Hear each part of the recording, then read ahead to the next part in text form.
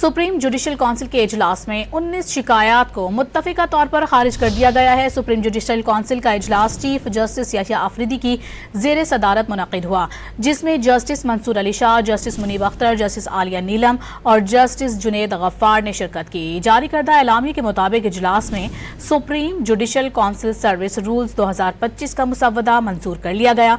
ज़ाब्ता अखलाक में तरामीम और इंक्वायरी के तरीक़ेकार पर मज़ीद कानूनी मशावरत की ज़रूरत करार दी गई। इजलास में आइन के आर्टिकल 209 के तहत दायर 24 शिकायत का जायजा लिया गया। 19 शिकायत को मुत्तफिका तौर पर खारिज जबकि 5 शिकायत को मौखिर कर दिया गया।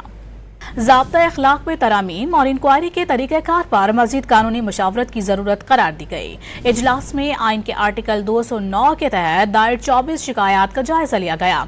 19 शिकायत को मुत्तफिका तौर पर खारिज जबकि 5 शिकायत को मौखिर कर दिया गया।